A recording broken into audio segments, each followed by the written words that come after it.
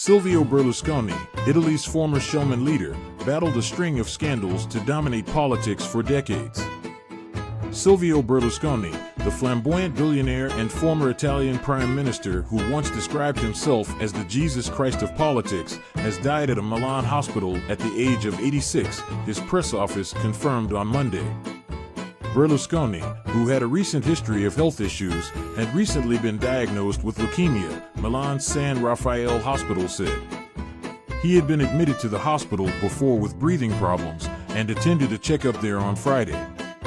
The politician, who was long regarded as Italy's most colorful public figure, was elected prime minister 3 times and served for a total of 9 years, longer than anyone since fascist dictator Benito Mussolini.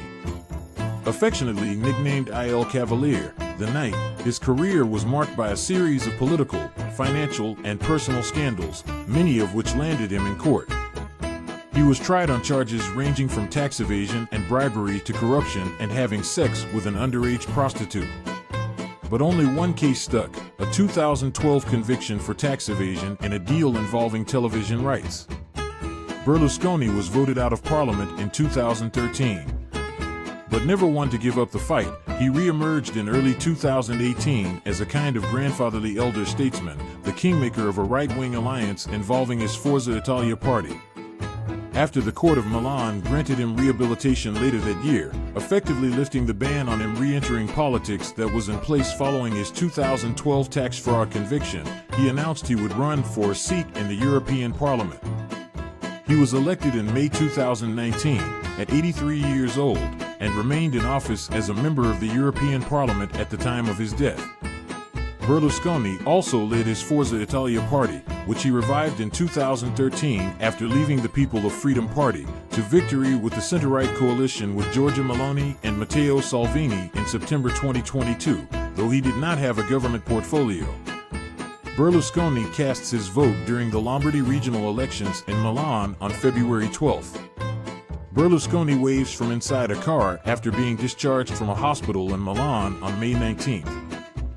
Beppe Severnini, a columnist and author of a book on Berlusconi, described the politician as a proto-populist whose success had paved the way for leaders like Hungary's Viktor Orban, Britain's Boris Johnson, and former U.S. President Donald Trump. Berlusconi was actually less arrogant and less obnoxious than most, but nonetheless he started it all, Severnini said. The legacy of Berlusconi was he could read the weaknesses and temptations of a nation. That's what he really is a master of.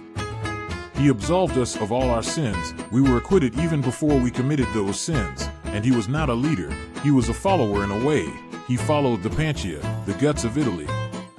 A state funeral will be held Wednesday, according to the state-owned public broadcaster RAI, citing the President of the Senate. Italy's current Prime Minister, Giorgia Meloni, said on Monday that her longtime ally was above all a fighter. He was a man who was never afraid to stand up for his beliefs. And it was exactly that courage and that determination that made him one of the most influential men in the history of Italy, Meloni said. Born in Milan in 1936, Berlusconi was first to make his name as a business tycoon, at one point becoming the richest man in Italy. He gave notice early of his showman side by working as a lounge room crooner aboard a cruise ship to help attend university, where he studied law. Various low-level commercial enterprises followed before the fledgling entrepreneur enjoyed his first real success in property development in the late 1960s when he was involved in a project to build Milano 2, nearly 4,000 flats, outside Milan. After amassing a fortune from his property portfolio in the 1970s, he diversified his interests by setting up a TV cable company, Telemilano, and buying 2 other cable channels in an effort to break the national TV monopoly in Italy. In 1978, these channels were incorporated into his newly formed Fininvest Group, which included department stores, insurance companies, and even AC Milan, one of the world's biggest football clubs, which he owned for 31 years. Berlusconi turned his attention to politics in 1993 when he formed the center-right Forza Italia party, named for Forza Italia. Go, Italy, a chant heard at Italian national soccer team games. The following year, in a snap election, he became prime minister. However, a dispute with his right-wing coalition partners from the Northern League Party, as well as an indictment for alleged tax fraud, ended Berlusconi's tenure in the job after barely 7 months. He was acquitted on appeal in 2000 after the statute of limitations had expired. After defeat in the 1996 election to his political nemesis, Romano Prodi, he became embroiled in other financial scandals, including a charge of bribing tax inspectors. He denied any wrongdoing and was cleared again on appeal in 2000. His fortunes turned again in 2001 when he was sworn in as prime minister for a second time. But Prodi, a former European Commission president, ended Berlusconi's more successful reign with his center-left Union coalition victory in 2006. At that time, the tycoon had presided over the longest-serving post-war Italian government. Despite having a pacemaker implanted to regulate his heartbeat after he collapsed during a political rally, he refused to slow down. Sporting a hair transplant, cosmetic surgery, and a tan, Berlusconi returned to power for a third time in 2008 under the banner of the newly created People of Freedom Party, which he left in 2013 when he created his Forza Italia party. The next year proved to be one of extremes for the veteran politician. He was praised for his handling of the devastating earthquake that struck the Italian town of El Aquila in April 2009, and survived criticism after urging survivors to see their plight like a weekend of camping. But the following month, Berlusconi's second wife, Veronica Lario, filed for divorce, alleging her then 73-year-old husband had an inappropriate relationship with an 18-year-old aspiring model whose birthday party he had attended. Berlusconi said she was the daughter of a friend and that he had done nothing wrong. In December that year, a man with a history of mental illness hit Berlusconi in the face with a replica of Milan's cathedral at a campaign rally, breaking several of his teeth and fracturing his nose. Defense Minister Ignazio La Russa told the Italian newspaper Corriere della Sera that the irrepressible Berlusconi continued to shake hands with supporters for a couple of minutes after being hit. With the country's economy reeling amid the financial crisis, pressure on Berlusconi grew. Gianfranco Fini, a former party ally, lashed out, accusing him of a lack of attention to the economy and structural reforms that Italy needs. The PM survived 3 votes of confidence in Parliament during 2010 and 2011, winning one by just 3 votes, but his authority continued to ebb. Economists said Berlusconi commanded neither sufficient political authority to push through spending cuts nor the moral high ground to squeeze more taxes out of Italians while he faced trial on various charges. Other European leaders criticized him for failing to implement economic reform with sufficient urgency. He resigned in November 2011, hours after the Italian lower house of parliament approved a series of austerity measures demanded by Europe to shore up confidence in the country's economy. Meanwhile, the politician faced a serious personal challenge with charges of sex with an underage nightclub dancer at his lavish bunga bunga parties.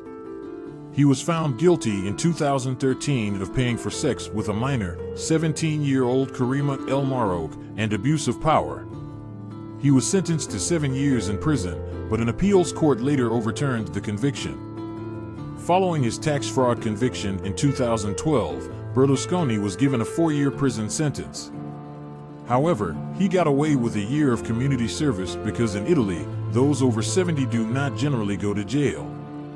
Berlusconi also made headlines in 2022 when he disclosed he had re-established a friendship with Vladimir Putin after the Russian president sent him 20 bottles of vodka for his birthday.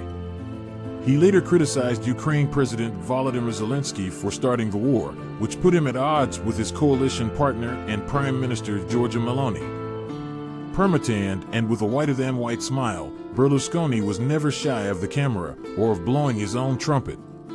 Besides comparing himself with Jesus Christ at a dinner with supporters in 2006, he also once said he was the best political leader in Europe and the world. According to Severgnini, Berlusconi was the ultimate salesman and knew that Italians had long been sympathetic to the idea of Il Signore, the powerful man. He also realized you can use religion and God in a certain way. He did that too. He also realized that women and sexual attraction is a powerful fuel and can be used in politics. He did that, Severgnini said. If there was a Nobel Prize for salesmanship, he would have won.